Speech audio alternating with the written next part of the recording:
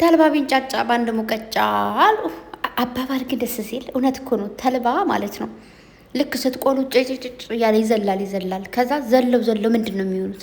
እሳቱን ልም ታደርጋላችሁ፣ አንድ ሙቀጫ ላይ ትከታላችሁ፣ ከዛ ትወቅጡታላችሁ ማለት ነው። እንደዛ ነው ውዶች። እና ለማንኛውም ደህና ናቸው ወይ? እንዴት ናቸው? እኔ ያለው በጣም ይመስገን በጣም ደህና ነኝ ዛሬ ማለት ነው።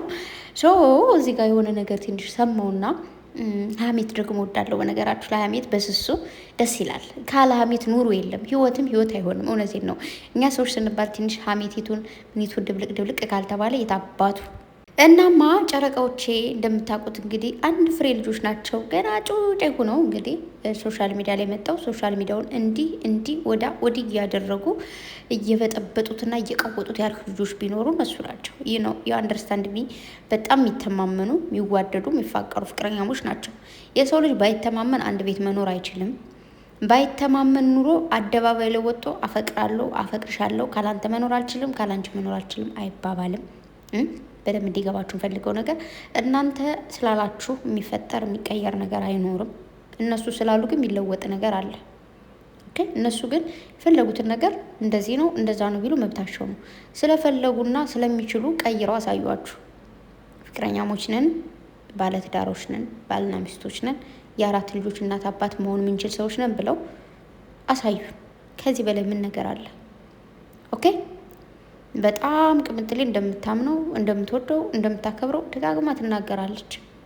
ባትናገርም ሁኔታዎቿ ይናገራሉ፣ ያስታውቃሉ። ግዴታ ማውራት አይጠበቅባትም። ኦኬ። ብሩኬ ቅምጥሌ እንደሚወዳት እንደሚያፈቅራት እንደሚያከብራት ደጋግሞ ተናግሯል። እንዲሁም ተግባሩ ደግሞ ያሳያል።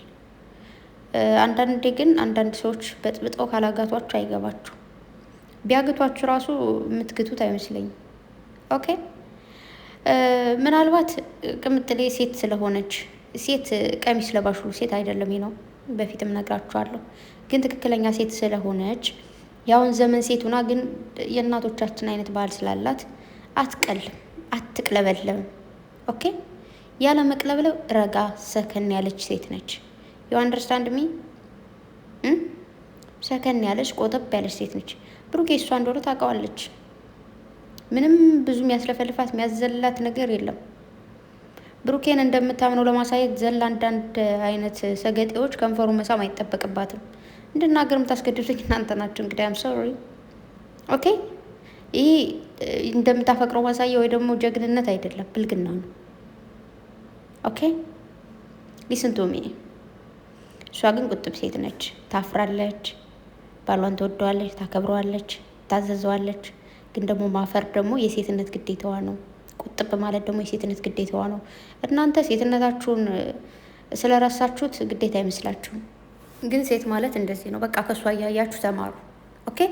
ለምን ይመስላችኋል? ማለት በፊት ላይ ፍቅር ሳይገራረጡ በጣም በቃ እየነበሩ ነገሮች ነበሩ። ከዛውን ደግሞ ትንሽ እያፈረች ምናምን መጣች። ስዊት ምንድን ነው የሚባል ነገሩ? ናቹራል ሴት። ያ ናቹራል ማለት አንደኛ ማለት ነው። ኦኬ። እንደዛ ነው። ተግባባን? ያለው ነገር እሱ ነው። አንደርስታንድ አድርጉ። ባል ለሚስቱ ዝቅ ሲል፣ ሚስት ለባሏ ዝቅ ስትል፣ ስታፍር፣ ስትሽኮረመም የሴትነት ጣው ምን ሆነና እንዲህ ሴት ልጅ እፍር ስትል እሽኮርመም ስትል ኦኬ። አይኔ እናት እንደዚህ ነው ሴት ማለት። ቅብጥ ስትል ሁሉ ነገር እኮ ነው የሚያምርባት። ደግሞ ቅብጥ ስትል፣ ስትሽኮረመም፣ ቁልስልት ስትል የኔ ወርቅ። አዎ የባልሽ ንግስት የት አባቱ ሺህ ዓመት አይኖርም። ፏ በሉልኝ። እዩት እስኪ እዚህ ጋር ትዝ ይላችኋል ጸጉሯን እየሰራት ብሩኬ። እዛ ደግሞ የዛኛውን ደግሞ ሳላመጣው ቦታ አልበቃኝ አለ እኮ። እዚህ ጋር ግንባሯን እየሳማት ያለውን አመጣው። እዚህ ጋር ቅምጥሌ ስትቁላላ አመጣው። እኔ ስንቱን አመጣለሁ እንዴ?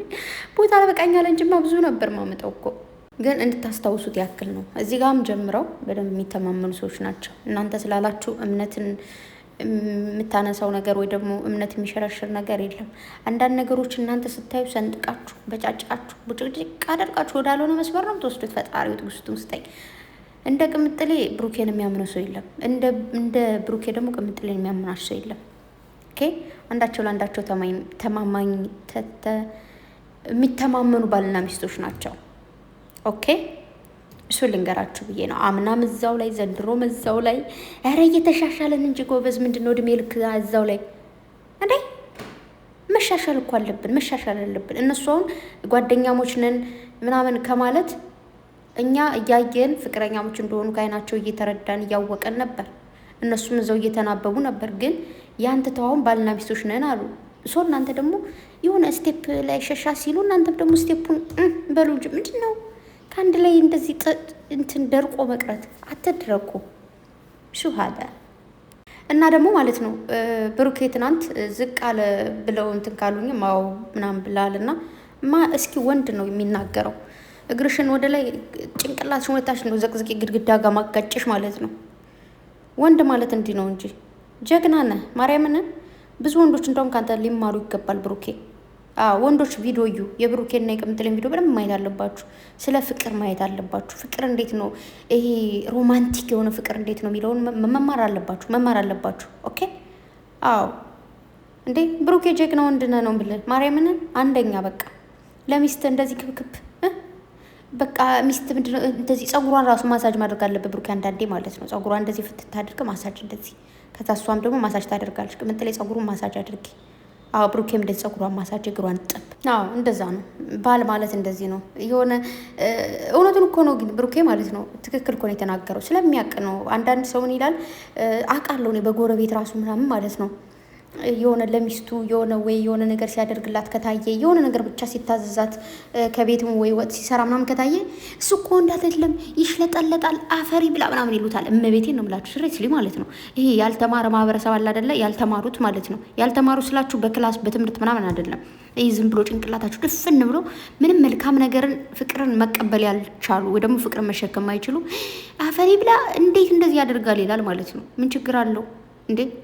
ምን ችግር አለው? ሚስትን ብታግዛት እሷ ቡና ስታፈላ አንተ የሆነ ነገር ብታቀራርብ ለምን ትሆናለህ? አንተ አናታም ገና ጎረቤት ምን ይለኛል እያልክ ሚስትህን እኔ የበላይኔ ምናምን እያልክ የሆነ አጽሟን ታወጣዋለህ። ብዙ ሴቶች ቅጥን ቅጭጭ ብሎ ምታያቸው የምሬን ነው እግዚአብሔርን። እንዴ ዝም ብሎ ከውጭ መጣና ከጓደኞቹ ጋር ሲዘል ቆይና ምሳ ደርሷል ቡና ሳቅርበሻል ምናምን ይላል። እንዴ ኦኬ ጓደኞቹ ጋር ትጫወት አይደለም ተጫወት ተመለስ። ግን የኔ ፍቅር ምሳ አለ እንዴ ወይስ ማግዝሽ ነገር አለ? ኦኬ ለስለስ ያለ የፍቅር ጣል ጠብጠብ እያደረገ የፍቅር ቃላት ማትመጣ እንዴ ዝም ብሎ ይገባና ከዛ እሷ እኮ ሰራተኛ አይደለች ሚስት ነች። ሚስት ላንተ ቆለት ልትብላ ልዕልቱና ልጠብቅህ ወይ ደግሞ በቃ እንጂ ላንተ ሰራተኛ ወይ ምናምን ሆና ልትኖር አይደለም። ኦኬ እና ግዛት ምን ችግር አለው? ሰው እንደ ቤቱ እንደ ጎረቤት አይኖርም። ጓደኛ አውቆ ነው እንጂ ሚስቱን ያኔ እግሯን እያጠበ ቡና ራሱ እሱ ነው የሚያፈላ ሁሉም ነገር የቤት ስራ። ግን አንተ ምን ይላል ደግሞ ለሴት ምናምን ይላል ማለት ነው። ምን ችግር አለው? እኔ ሚስቴን የማገዝ ፍላጎት አለኝ። ምን ታመጣለህ?